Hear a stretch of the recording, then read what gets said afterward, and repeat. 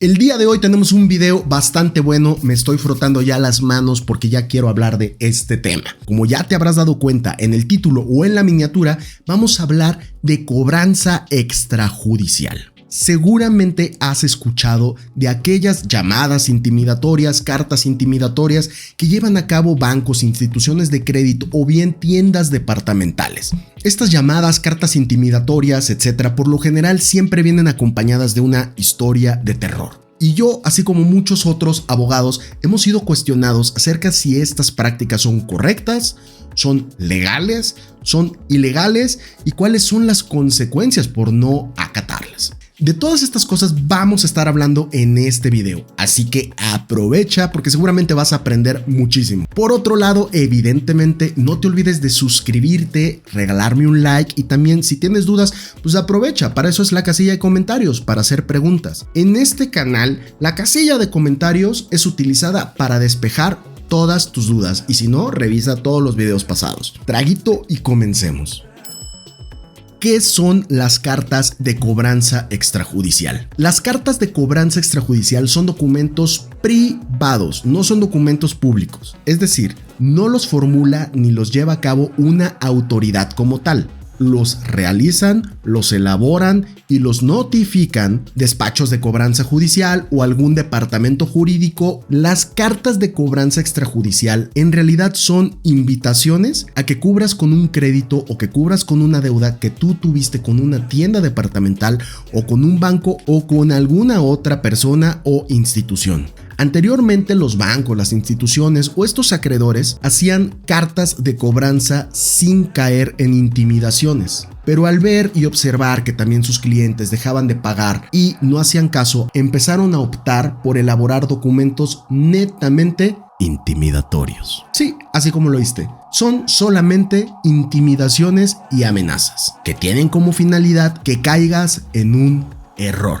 Y que entonces puedas configurar una deuda, que puedas aportar documentación con que sostengan esa deuda, que brindes información personal y entonces sí que puedan hacer cobrable estas deudas, pero de una manera diferente a las que la ley les establece por ser evidentemente instituciones de crédito o tiendas departamentales que otorgan créditos para generar ventas en sus establecimientos. Con esto te quiero decir que no es lo mismo que le debas a una persona física común y corriente o a una empresa a través de un préstamo mercantil o bien con un contrato debidamente realizado, que hayas ofrecido garantías, etcétera, a que tengas una deuda con un banco o con una empresa muy grande en la cual se puede acreditar que hay una desproporcionalidad entre la persona que está contratando, la persona física, que es así de pequeñita contractualmente, contra un monstruo gigante que son precisamente estos bancos. Como te darás cuenta, en estas cartas intimidatorias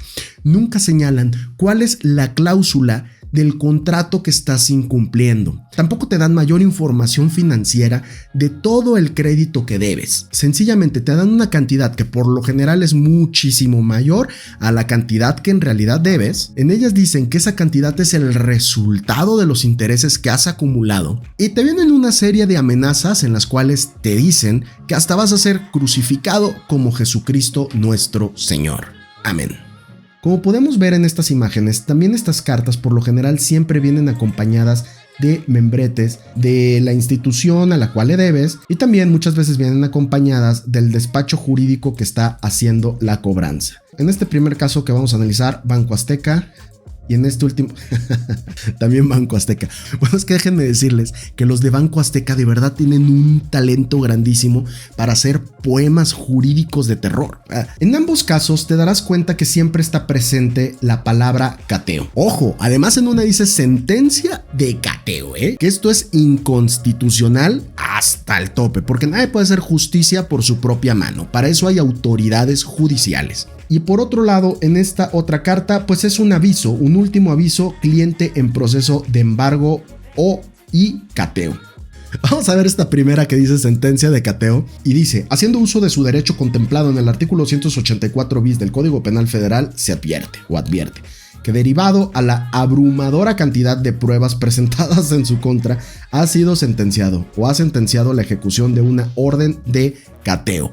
A ver, El artículo 284 bis del Código Penal Federal es un artículo que se encuentra dentro de un título que tiene un catálogo de delitos que son precisamente amenazas. Y el artículo 284 bis en realidad habla de cómo debe de sancionarse penalmente la cobranza extrajudicial que se realiza de manera ilegal. Para poder entender cuándo una cobranza extrajudicial es ilegal, se deben de cumplir con ciertos requisitos. Estos requisitos son los de amenaza. Y para poder entender qué es una amenaza, debemos de irnos, como aquí bien lo estamos viendo, al artículo 282 del mismo Código Penal Federal. En este artículo, el legislador menciona lo siguiente. Escucha muy bien cuándo se configuran las amenazas. Y a ver si te suenan a estas cartas extrajudiciales que estábamos viendo. Al que de cualquier modo amenace a otro con causarle un mal en su persona, en sus bienes, en su honor o en sus derechos, o en la persona, honor, bienes o derechos de alguien con quien esté ligado con algún vínculo, pues evidentemente va a ser acreedor a esta sanción que dice de 3 días a 1 año de prisión o de 180 a 360 días multa. Ahora bien, vamos a darle seguimiento a lo que dice el artículo 284 bis, el cual es citado en esta carta de cobranza extrajudicial y que aparte dice sentencia de cateo. Escucha esto, el mismo Código Penal aclara el elemento normativo de cobranza extrajudicial ilegal, con independencia de que se configura también el delito de amenazas que vimos un poco más arriba. Fíjate, dice, se entiende por cobranza extrajudicial ilegal el uso de la violencia o la intimidación ilícitos, ya sea personalmente o a través de cualquier medio, como lo son cartas y como lo son también despachos de cobranza, ya sea personal o a través de cualquier medio, para requerir el pago de una deuda derivada de actividades reguladas en leyes federales. Esto es muy importante.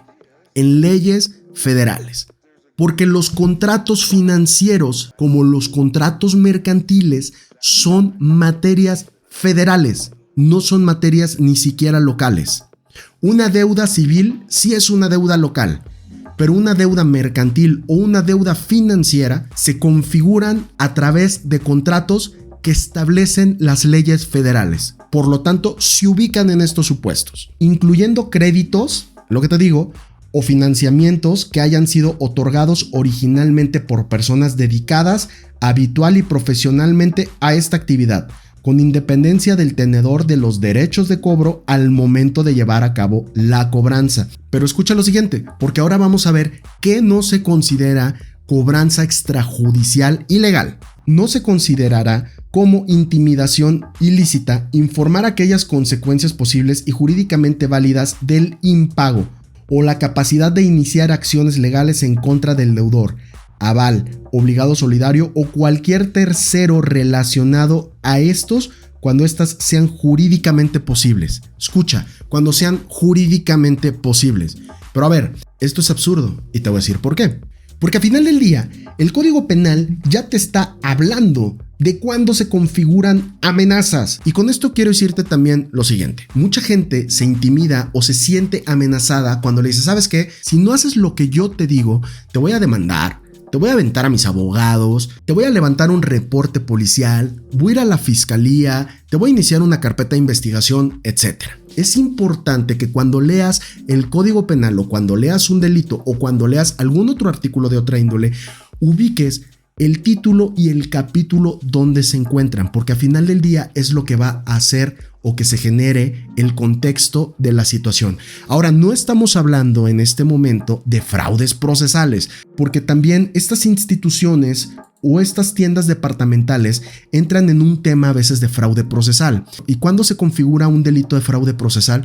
Pues cuando llevan a cabo acciones que solamente se pueden realizar dentro de procesos judiciales o dentro de procesos jurisdiccionales, dentro de procedimientos, y solamente se pueden llevar por actuarios o personal que se acredita debidamente como servidores públicos, es decir, como autoridad. porque entonces están obligados a cumplir con un principio que es el de la legalidad. Y a grandes rasgos, sin ponernos a analizar este concepto o derecho fundamental, que de aquí podemos hacer todo un tratado, por principio de legalidad debemos entender que la autoridad solo puede hacer lo que la ley le señala, mientras nosotros, los ciudadanos o los entes privados, podemos hacer todo aquello mientras la ley no nos lo prohíba. Primer error. Las sentencias solamente las emiten los jueces.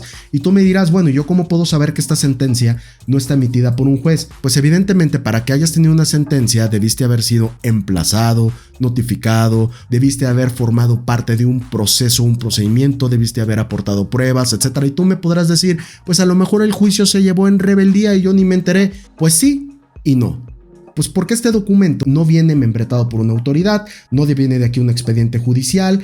Una característica de los actos de la autoridad es que deben de estar debidamente fundados y motivados, y aquí no vemos ninguna fundamentación ni ninguna motivación. Por lo tanto, esto no es un acto de autoridad. ¿Qué sí podrían hacer en el caso de esta carta o cobranza extrajudicial? Lo que sí podrían hacer es inducirte al error, que te sientas intimidado, que te sientas presionado, y entonces que otorgues domicilio, que puedan cerciorarse dónde vives, que tengan documentación tuya, que son datos personales, y entonces sí te pueda llegar una notificación, ojo, no un emplazamiento, una notificación para medios preparatorios para un juicio ejecutivo mercantil. Ahora, si tú eres citado a unos medios preparatorios para ejecutivo mercantil, sí es importante que vayas y acudas, pero ojo, no vayas sin un abogado, tienes que asesorar, y no de cualquier abogado, necesitas que te acompañe una persona que sí litigue y que siempre esté en contacto con temas jurisdiccionales. Ahora, ¿qué pasará si vas a los medios preparatorios para ejecutivo mercantil? Pues ahí se va a configurar la deuda que no estaba debidamente configurada anteriormente, y entonces sí vas a legitimar al despacho de cobranza para que te pueda hacer la ejecución de ese crédito, dicho de otra manera, el embargo de bienes. Rápidamente vamos a hablar de la otra carta, que es un aviso, que dice último aviso. Te darás cuenta que siempre hablan de un cateo. Bueno, a ver, el cateo ni le hagas caso, El cateo es una medida cautelar netamente penal, y aquí no estás frente a delito alguno. Aquí los que sí están posiblemente cometiendo un delito son los que están elaborando y los que están haciéndote llegar estas cartas de cobranza extrajudicial, pero tú no tienes ningún delito. Esto lo vamos a explicar un poquito más al rato, cuando te diga cuáles son las consecuencias de ignorar estas cartas extrajudiciales. Aquí te darás cuenta que hacen el señalamiento de unos artículos, precisamente el 1391, 1392 y 1394. Como te darás cuenta, estos artículos que pertenecen al Código de Comercio establecen la legitimación para el juicio ejecutivo mercantil, es decir, para poder lograr un embargo de bienes. Y como te decía, ellos no tienen elementos para que en este momento puedan embargarte. Los tienen que generar. ¿Y cómo lo hacen? Pues intimidándote, causándote un temor, para que acudas con ellos, les brindes tu información y entonces les des elementos o herramientas para que entonces sí puedan citarte a unos medios preparatorios para embargo. Todavía no es el momento del embargo. Aquí te señalan una serie de consecuencias legales en las cuales posiblemente puedas estar incurriendo, como lo es el cateo, el uso de la fuerza pública, que entren a tu domicilio y que sustraigan sin tu consentimiento todos los bienes embargados, etcétera, que entren con cerrajeros, cargadores, el actuario, etcétera. Para que esto suceda, hay 5 u 8 pasos anteriores a esto. Si tú caes y acudes, te van a hacer firmar documentos, y estos documentos sí pueden traer aparejada ejecución y por ende un embargo. O bien, si no te hacen firmar documentos, se van a llevar información tuya, la cual van a utilizar para entonces sí configurarte ese embargo. Por lo tanto, después de haber analizado todo esto, vamos a concluir lo siguiente. 1. ¿Te pueden embargar con esas cartas? No, no te pueden embargar. Y si te embargan, están incurriendo en la comisión de 2 delitos. El primero, como bien lo viste, es el de cobranza extrajudicial ilegal, y también inequívocamente estarían incurriendo en un tema de fraude procesal. Segundo, que quede bien entendido, no te pueden embargar con estos documentos. Tercer punto, estas amenazas tienen como finalidad que tú entregues información personal, que te hagan firmar otro tipo de documentos y entonces sí estén en la posibilidad de embargarte, entrar a tu casa, etc. No firmes documentos con estas personas. Ellos tienen límites para poder cobrar sus créditos vencidos. Cuarto punto, ¿qué pasa si haces caso omiso a estas cartas?